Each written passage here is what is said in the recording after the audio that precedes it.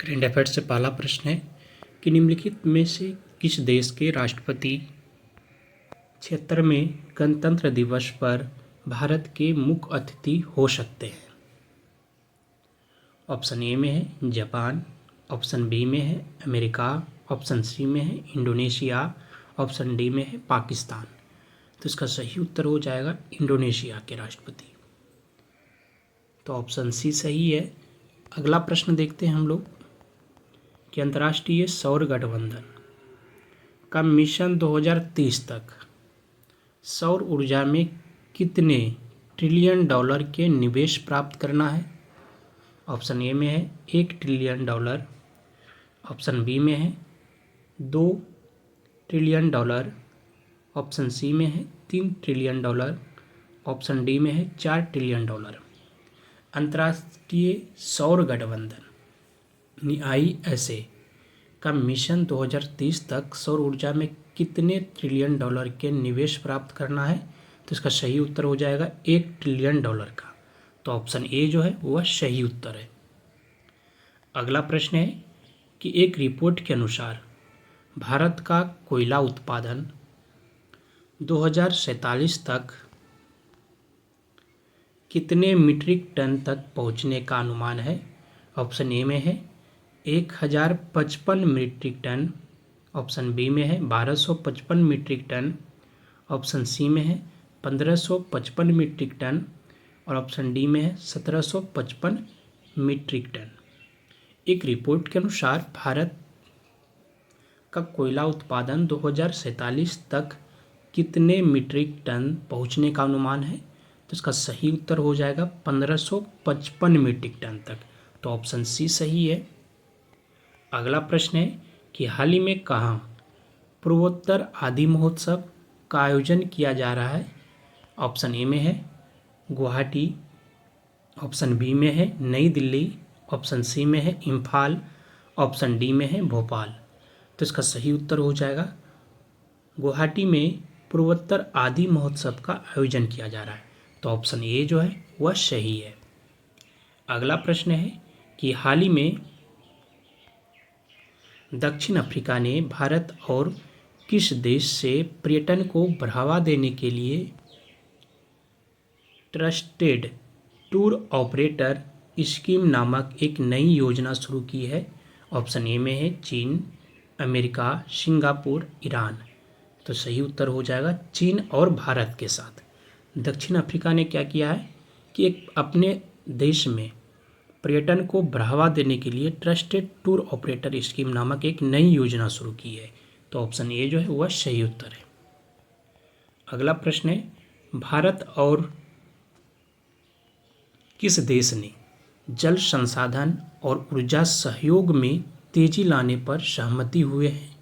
Option A में है पाकिस्तान, बांग्लादेश, नेपाल, भूटान। तो इसका सही उत्तर हो जाएगा भारत और नेपाल।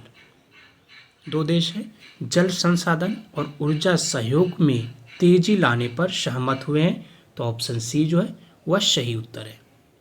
अगला प्रश्न है कि हाल ही में कहाँ राष्ट्रीय जांच एजेंसी द्वारा आतंकवाद विरोधी सम्मेलन 2024 का आयोजन किया गया है। ऑप्शन ए में है गुजरात, ऑप्शन बी में है नई दिल्ली, ऑप्शन सी में है महाराष्ट्र, ऑप्शन डी में इनमें से कोई नहीं। तो इसका सही उत्तर हो जाएगा नई दिल्ली। हाल ही में नई दिल्ली में राष्ट्रीय जांच एजेंसी द्वारा आतंकवाद विरोधी सम्मेलन 2024 का आयोजन किया गया। तो ऑप्शन बी जो है वह सही उत्तर है। अगला प्रश्न है कि हाल ही में कहाँ संयुक्त सैन्य अभ्यास ऑस्ट्राहिंड का तीसरा संस्करण विदेशी प्रशिक्षण नोड शुरू हुआ है। ऑप्शन ए में है नागपुर में, पुणे में, इंदौर में, केरल में। हाल ही में कहाँ संयुक्त सैन्य अभ्यास ऑस्ट्राहिंड का तीसरा संस्करण जो है विदेशी प्रशिक्षण नोड शुरू हुआ है। तो इसका सही उत्तर हो जाएगा ऑप्शन बी पुणे में। अगला प्रश्न है कि हाल ही में किस राज्य के सुल्तानगंज रेलवे स्टेशन का नाम बदलकर अजगैबीनाथ धाम के नाम पर रखने की घोषणा की गई है? ऑप्शन ए में है उत्तराखंड, उत्तर प्रदेश, असम, बिहार। तो इसका सही उत्तर हो जाएगा बिहार। बिहार राज्य के सुल्तानगंज रेलवे स्टेशन का नाम को बदलकर अज गैवीनाथ धाम करने की घोषणा की है। तो ऑप्शन डी जो है वह सही उत्तर है।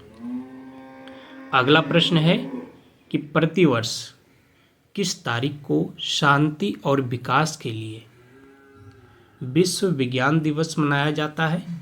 ऑप्शन ए में है 8 नवंबर, 9 नवंबर, 10 नवंबर, 11 नवंबर।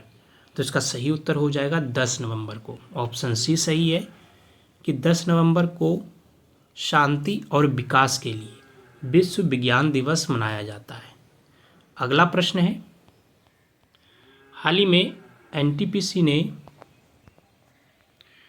कौन से स्थापना दिवस पर हाइड्रोजन ईंधन से चलने वाले बस तथा CO2 से मिथेनॉल संयंत्र का अनावरण किया है? ऑप्शन ए में 49वें, 50वें, 91वें या 52वें। हाल ही में एनटीपीसी ने कौन से स्थापना दिवस पर? तो इसका सही उत्तर हो जाएगा ऑप्शन बी, अपने 50वें स्थापना दिवस पर हाइड्रोजन ईंधन से चलने वाले बस तथा CO2 से मिथेनॉल संयंत्र का अनावरण किया है। तो ऑप्शन बी जो है वह सही है। अगला प्रश्न है कि हाल ही में किस उच्च न्यायालय ने लेखक सलमान रुश्दी की द सैटेनिक वर्सेस के आयात पर प्रतिबंध लगाने के सरकार के फैसले को पलट दिया है? ऑप्शन ए में है दिल्ली उच्च न्यायालय, गुवाहाटी उच्च न्यायालय, इलाहाबाद उच्च न्यायालय, बॉम्बे उच्च न्यायालय। तो इसका सही उत्तर हो जाएगा ऑप्शन ए, दिल्ली उच्च न्यायालय ने क्या किया है? तो लेखक है सलमान रुश्दी, उनकी एक पुस्तक है द सैटेनिक वर्सेस के आयात पर प्रतिबंध लगाने के सरकार के फैसले को पलटा है। तो ऑप्शन ए जो है वह सही उत्तर है। अगला प्रश्न है कि हाल ही में भारत के सकल घरेलू उत्पाद में महाराष्ट्र का हिस्सा 15% से घटकर कितना प्रतिशत हो गया है?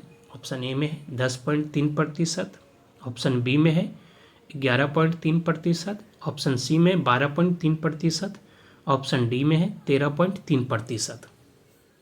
तो इसका सही उत्तर हो जाएगा कि भारत के सकल घरेलू उत्पाद में जो है महाराष्ट्र का हिस्सा 15 से घटकर 13.3% हो गया है। तो ऑप्शन डी जो है वह सही उत्तर है। अगला प्रश्न है कि वर्ष 2024 के अंत तक वैश्विक सौर ऊर्जा क्षमता कितने गीगावाट से अधिक होने का अनुमान है? ऑप्शन ए में है 500 गीगावाट, ऑप्शन बी में है 1000 गीगावाट, ऑप्शन सी में है 1100 गीगावाट, ऑप्शन डी में है 1500 गीगावाट। तो इसका सही उत्तर हो जाएगा 1100 गीगावाट। ऑप्शन सी सही है। अगला प्रश्न देखते हैं कि हाल ही में किस राज्य के मुख्यमंत्री ने हो भाषा को संविधान की 8वीं अनुसूची में शामिल करने की मांग की है? ऑप्शन ए में है असम, ऑप्शन बी में है राजस्थान, ऑप्शन सी में है मेघालय, ऑप्शन डी में हिमाचल प्रदेश।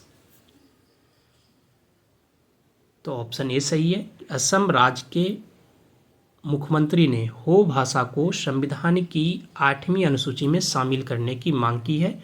तो ऑप्शन ए इसका सही उत्तर है। धन्यवाद आप सभी को। जय हिंद। मिलते हैं अगले दिन फिर करेंट अफेयर के महत्वपूर्ण प्रश्नों के साथ।